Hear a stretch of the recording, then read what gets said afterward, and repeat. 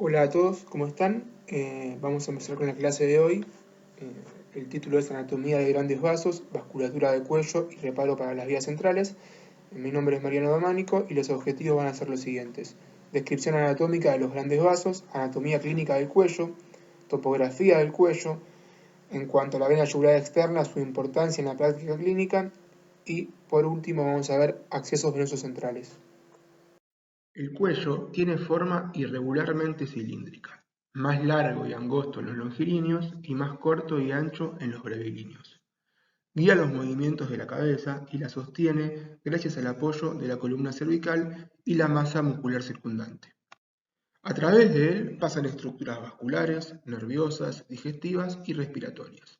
Y además se encuentran ganglios linfáticos, la glándula tiroides y la glándula paratiroides. Ya que múltiples estructuras pueden estar comprometidas en esta región, en la práctica clínica es muy importante hacer una adecuada valoración de esta. Topográficamente el cuello lo dividimos de la siguiente manera. En el límite superior delimita una línea imaginaria circular que pasa por los vértices de las apófisis mastoides, el temporal y la protuberancia occipital. El límite inferior está delimitado por una línea imaginaria que pasa por la horquilla esternal, los bordes superiores de las clavículas, las articulaciones acromioclaviculares y la apófisis espinosa de la séptima vértebra cervical. Si nos guiamos por la anatomía de superficie, sabemos que la piel del cuello es delgada. En el espesor del tejido celular subcutáneo se encuentra el músculo platisma. La contracción de este músculo tensa la piel y marca la dirección de sus fibras en la superficie del cuello. El músculo esternocleidomastoideo constituye la principal referencia muscular del cuello. Sus bordes se pueden resaltar mediante la elevación del mentón y la rotación contralateral activa de la cabeza del paciente. La horquilla esternal queda delimitada por las inserciones externales de los músculos de ambos lados. Como otras estructuras de superficie, podemos palpar el músculo trapecio. Este se resalta ascendiendo los hombros contra una resistencia. También se pueden observar la yugular externa, que tiene un trayecto vertical que cruza superficialmente al músculo esternocleidomastoideo y presenta un recorrido entre el ángulo de la mandíbula y la fosa supraclavicular mayor o el triángulo homoclavicular. Si la vena yugular externa está ensanchada por su contenido sanguíneo, su relieve es francamente visible. La maniobra o cualquier maniobra que aumenta la presión dentro del tórax dificulta el retorno venoso y aumenta el calibre de la vena. En la región media del cuello, la prominencia laríngea se ve y se palpa por debajo del hueso hioides. Por encima de la prominencia se localiza la depresión correspondiente a la escotadura tiroidea superior. La depresión blanda en la línea media entre el borde inferior del cartílago tiroides y el arco del cartílago cricoides indica la posición del ligamento cricotiroideo medio. En cuanto a las estructuras vasculares, el pulso carotídeo se localiza por detrás del borde posterior del cartílago tiroides, inmediatamente por delante del borde anterior del músculo esternocleidomastoideo. Por otra parte, la arteria subclavia se puede palpar profundamente en la fosa supraclavicular mayor, por detrás de la unión del tercio medial y el tercio distal de la clavícula. Presionando con más fuerza, se puede comprimir la arteria sobre la primera costilla. Otro tipo de estructuras que podríamos encontrar es la glándula submandibular. Esta es palpable por debajo de la porción posterior del borde inferior de la mandíbula en el triángulo submandibular.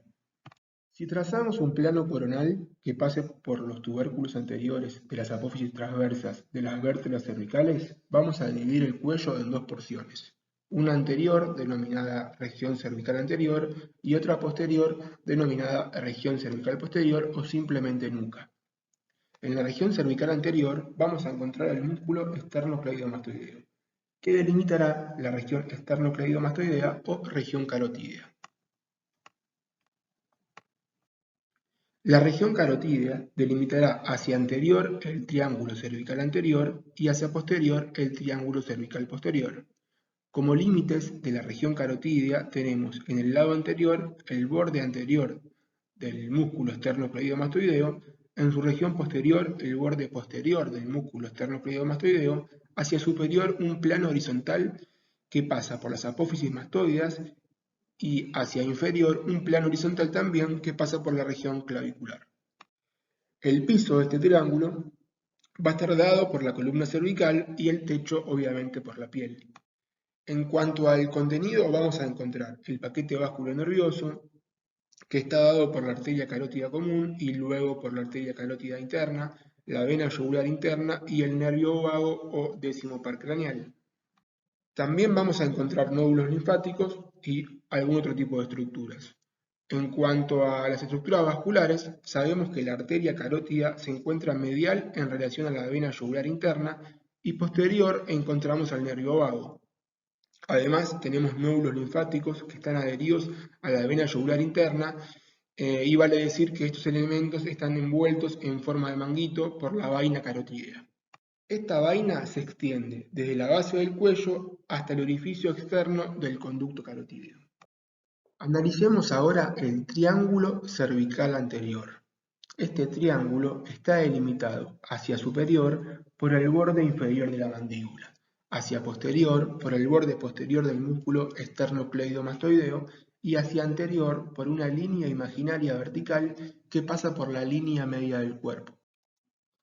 Este triángulo, además, lo podemos subdividir en 4 triángulos menores. El primero que vamos a analizar es el triángulo submentoniano. Este es un triángulo impar que está delimitado por abajo por el cuerpo del ilioides que forma su base, lateralmente por los vientres anterior de los músculos digástricos, derecho e izquierdo, y arriba por la porción media de la mandíbula, que forma además el vértice de este triángulo. El piso está formado por los músculos miloioideos. El contenido submentoniano está constituido por pequeñas venas que confluyen para formar la vena yugular anterior y nódulos linfáticos submentonianos. Otro de los triángulos que podemos encontrar es el triángulo submandibular o triángulo digástrico. Este está delimitado por los vientres anterior y posterior del músculo digástrico y por el borde inferior de la mandíbula. En el plano profundo de este triángulo encontramos los músculos miloioideos, el hiogloso y el constrictor medio de la faringe. En cuanto al contenido, vamos a observar la glándula submandibular, los nervios hipogloso y miloioideo y una porción de la vena y arteria facial. Además, encontramos nódulos linfáticos submandibulares. El tercer triángulo que forma parte del triángulo cervical anterior es el triángulo muscular que está delimitado medialmente por la línea mediana, lateralmente por el borde anterior del músculo esternocleidomastoideo y arriba por el vientre superior del músculo homoioideo. El contenido de este triángulo está formado por los músculos y vísceras que corresponden a la región infrahioidea. Por último, nos quedaría analizar el triángulo carotídeo, que está delimitado medialmente por el vientre superior del músculo homoioideo, lateralmente por el borde anterior del músculo esternocleidomastoideo y arriba por el vientre posterior del músculo digástrico.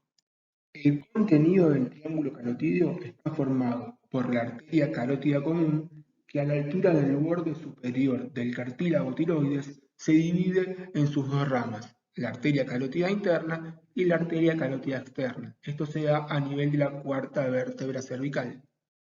Como contenido también podemos encontrar el seno carotídeo, el glomus carotídeo, la vena yugular interna, el nervio vago y nódulos linfáticos cervicales profundos.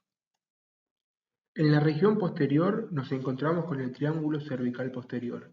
Este triángulo posee base inferior y vértice superior. Está delimitado hacia inferior por la clavícula, hacia anterior por el borde posterior del músculo esternocleidomastoideo, hacia posterior por el borde posterior del músculo trapecio y en el vértice corresponde a la línea nucal inferior. Vale decir que este triángulo se subdivide en dos triángulos menores, que vamos a ver a continuación. El primero que vamos a nombrar es el triángulo occipital o el triángulo de la región cervical lateral, que es un triángulo donde podemos encontrar parte de la vena yugular externa, la arteria cervical transversa, los ramos posteriores del plexo cervical, el nervio accesorio o el onceavo par craneal, los troncos del plexo braquial y algunos nódulos linfáticos cervicales. Nos queda por último nombrar el triángulo homoclavicular o la fosa supraclavicular mayor.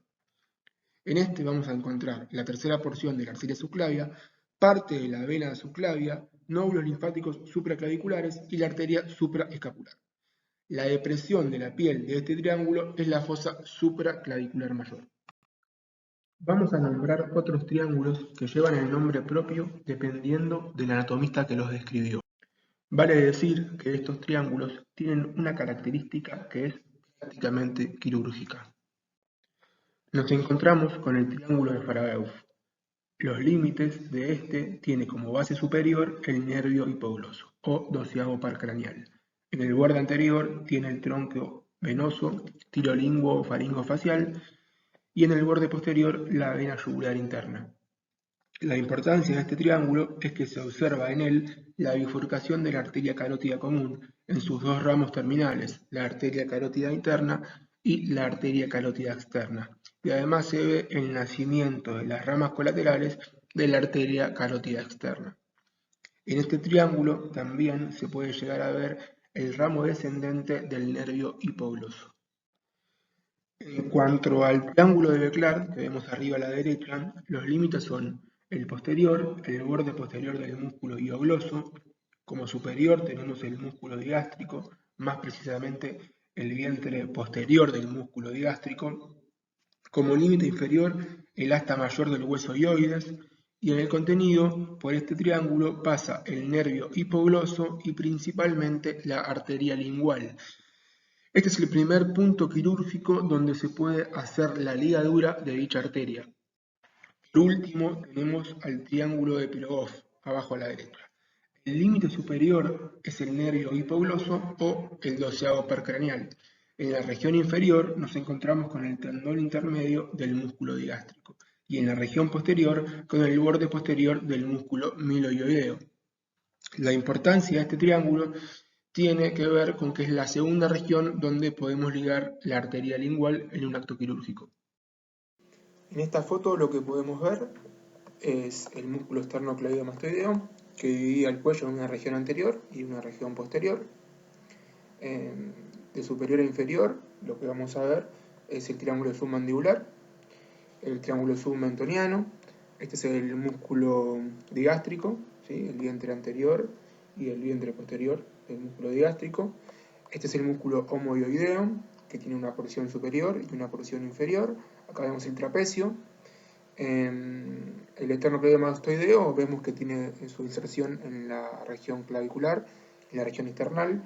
Estas dos inserciones van a delimitar un triángulo, que no lo vimos antes, que es la fosa supraclavicular menor o triángulo frénico. Ese tiene cierta importancia cuando hablemos de accesos venosos centrales. Otra cosa que podemos llegar a ver acá es la fosa supraclavicular mayor o el triángulo homoclavicular. Después tenemos el triángulo o región cervical lateral o triángulo occipital. Hacia adelante el músculo esternocleidomastoideo, como ya lo vimos, tenemos el triángulo carotídeo. Y hacia inferior el triángulo muscular, ¿sí? Ya lo estuvimos viendo en las líneas anteriores. Creo que nada más podemos llegar a ver acá. En esta fotografía lo que se puede ver, acá tenemos el músculo platisma, que es un músculo superficial del cuello. Se ve también el plexo cervical superficial, acá están los ramos perforantes. Si rebatimos el músculo platisma, por debajo nos encontramos con el músculo esternocleidomastoideo. Acá vemos la yugular externa, como discurre por encima del músculo. Acá se ve el músculo trapecio. Este sería el nervio espinal, ¿sí? Y la glándula parótida. No mucho más. En esta foto, ya rebatido el platisma, nos encontramos con la yugular externa, por encima del esternocleidomastoideo, que da sus ramas terminales. Este es el músculo homoioideo. Este que se ve acá, es el homoioideo. Este es el trapecio.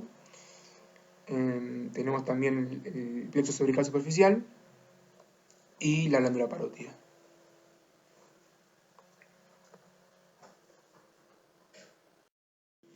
Muy bien, en esta fotografía lo que podemos ver de inferior a superior. Acá vemos la vena cava superior. Vemos cómo está drenando ambos confluentes yugulo-subclavios, que están constituidos por vena subclavia y vena yugular interna. Acá vemos cómo drena la vena yugular externa, ¿sí? Por detrás de las estructuras vasculares venosas vemos las arteriales, vemos a la aorta, cómo hace su callado y se va hacia inferior. Vemos la carótida interna y la carótida externa, que estaría dando sus ramas. En la estructura media, en la línea media, vemos la porción visceral del cuello, que está conformado principalmente por tres planos. El plano más superficial está dado por la glándula tiroides. Hacia atrás se puede ver el conducto laringotraqueal, y si nos vamos posterior a este, que acá no se ve, nos encontraríamos con el conducto faringoesofágico. ¿Sí? Bueno, hacia los laterales vemos el músculo trapecio, el plexo braquial, ¿sí? Muy importante acá el hueso hioides, que nos divide a los músculos de la región supraioidea, que corresponde al piso de la boca, y a los músculos de la región infraioidea, ¿sí? Acá vemos cómo están cortados ambos esternocleidomastoideos, la glándula parótida, y no mucho más que podamos llegar a decir. Analicemos ahora el cuello en la práctica clínica. Más precisamente podemos analizar el dolor, que es un síntoma muy frecuente, pero en este caso referido a la región del cuello. Sabemos que por su riqueza anatómica, patologías originadas en diversos sitios del cuerpo pueden producir síntomas a nivel del cuello. Patologías cardíacas, pulmonares, irradian su dolor a la base o a la zona lateral del cuello, o también está descrito a la región de la mandíbula. Un dolor localizado en la región cervical posterior y occipital que se exacerba en las tardes después del trabajo o después de un episodio estresante hace sospechar de una cefalea tensional. Un dolor de similares características en una persona mayor de 50 años, con cefalea occipital y limitación de los movimientos del cuello, en especial al despertar, debe hacer sospechar de una osteoartritis de la columna cervical. Otro síntoma frecuente puede ser el dolor al tragar, lo que se conoce como odinofagia, o un dolor en la región submandibular, que acompañado de otros síntomas sistémicos puede estar representando un cuadro de faringoamigdalitis. Como ya dijimos, dolores referidos en la región lateral del cuello, también en la mandíbula, pueden ser originados por enfermedades de origen cardíaco, por ejemplo un evento coronario agudo. Dolores que se presentan en la parte anterior del cuello y se acentúan al presionar la glándula tiroides puede estar descrito en casos sugestivos de tiroiditis. Como caso más grave, dolor y rigidez del cuello en un paciente que está febril, que se sospecha un foco infeccioso. Considerar un diagnóstico precoz de un cuadro de meningismo, ¿sí? Un cuadro de meningitis aguda que representa una urgencia infectológica. Solo como carácter introductorio y dentro de lo que es el examen físico del cuello, es muy importante la auscultación, es decir, utilizar un estetoscopio para evaluar las estructuras vasculares que se encuentran dentro del cuello. En caso que tengamos obstrucciones ateromatosas, el flujo va a pasar de ser laminar a ser turbulento. Eso ya lo estuvimos viendo anteriormente en otros seminarios. El flujo turbulento lleva a la sensación de frémito o soplo, ¿sí?, en el trayecto vascular, que lo podemos evidenciar con un estetoscopio, ¿sí? Algunas veces se puede evidenciar solamente acercando el oído al cuello del paciente. En este caso, si evidenciamos un soplo a nivel cervical, este puede ser explicado por dos fenómenos distintos. Puede deberse a una obstrucción carotídea, ¿sí?, o puede ser una manifestación o una propagación de un fenómeno valvular cardíaco que irradia hacia la zona del cuello. También están descritas las fístulas aortopulmonares o el ductus arterioso persistente, que generan un frémito continuo que se propaga a ambas carótidas o inclusive a la subclavia. Vale aclarar que hay que tener cuidado si uno quiere hacer una palpación de las arterias carótidas o inclusive cuando se apoya el estetoscopio a nivel del cuello, ya que una presión simultánea de ambos senos carotídeos, acuérdense que estos están localizados en la bifurcación de la arteria carótida común, a nivel del borde superior del cartílago tiroides, por lo que, digamos, una presión simultánea puede llevar a un cuadro sincopal por un fenómeno que ya vamos a ver más adelante. Otra de las formas que tenemos para estudiar la vasculatura tanto arterial como venosa, en este caso localizada a nivel del cuello, es mediante la ecografía Doppler. Con esta herramienta no solamente podemos visualizar el estado de los vasos, sino también podemos ver qué grado de obstrucción tiene y qué tipo de flujo tiene ese determinado vaso. Hablemos ahora de la vena yugular externa en la práctica clínica. Como sabemos, las venas yugulares llevan la sangre desoxigenada desde la cabeza hacia el corazón a través de la vena cava superior. Hay dos conjuntos de venas yugulares, la externa y la interna. Las venas yugulares externa, izquierda y derecha drenan en las venas subclavias. Las venas yugulares internas se unen con las venas subclavias más medialmente para formar las venas braquicefálicas o confluentes yugulo-subclavio. Finalmente, ambas venas braquicefálicas se unen para formar la vena cava superior que aporta sangre desoxigenada a la aurícula derecha del corazón. Las venas yugulares externas son visibles y en ocasiones prominentes en el paciente en decúbito dorsal o acostado. Sin embargo, desaparecen con el paciente semisentado en un ángulo de 45 grados con respecto a la cama. La presión venosa yugular es la presión observada indirectamente sobre el sistema venoso sistémico. Los cambios de la presión yugular externa son las manifestaciones de los cambios del ciclo cardíaco y de la presión intratorácica con respecto al patrón ventilatorio. Como sabemos, en la inspiración, la presión intratorácica disminuye, lo que aumenta el retorno venoso hacia la aurícula derecha y hace que las venas yugulares no sean visibles. Por el contrario, en la expiración o mediante maniobras de Valsalva, se produce un aumento de la presión intratorácica, con lo cual disminuye el retorno venoso y se evidencia por un aumento de la presión o ingurgitación de las venas yugulares externas. ¿Cómo podemos medir la presión venosa yugular en la práctica clínica? Esta se mide observando la vena yugular externa con el paciente en decúbito 45 grados. Tenemos que trazar una línea imaginaria paralela al suelo que pase por el ángulo de Lewis y después buscar el borde superior de la yugular externa ingurgitada, es decir, su muesca. Luego, trazar una línea perpendicular entre ambas dos anteriores y sumarle 5 centímetros, es decir, la distancia que hay entre el ángulo de Lewis y la aurícula derecha. Si hacemos esta cuenta, vamos a llegar a un número, ¿sí?, que va a estar dado en centímetros de agua y va a estar representado por la presión venosa central. La presión venosa central normal es de 5 a 10 centímetros de agua. Hay que aclarar que como causa de presión venosa central disminuida tenemos la deshidratación, el shock o la sepsis, y como causa de aumento de presión venosa central tenemos la insuficiencia cardíaca, la pericardítis constrictiva y el taponamiento cardíaco. Por último, nos toca hablar de los accesos venosos centrales. ¿Qué son estos? Se definen como un catéter cuya punta está ubicada en la vena cava superior, en la aurícula derecha o en la vena cava inferior. Se clasifican mediante la duración que estos pueden permanecer en el cuerpo y en el tipo y ubicación de la inserción. Las indicaciones para colocar un catéter venoso central son cuando no se encuentra un acceso periférico, en infusiones que generan irritación de las venas periféricas, cuando se requiere realizar un monitoreo hemodinámico y en el uso de terapias como la hemodiálisis. Para los accesos venosos centrales en el cuello podemos canalizar la vena yugular interna o la vena subclavia. También está descrito canalizar el confluente yugulo-subclavio. Para llegar a canalizar algunos de estos vasos nos podemos guiar por las referencias anatómicas del paciente o mediante el uso de ecografía. Los principales reparos anatómicos que vamos a utilizar son el músculo esternocleidomastoideo, la horquilla esternal, la vena yugular externa y la clavícula.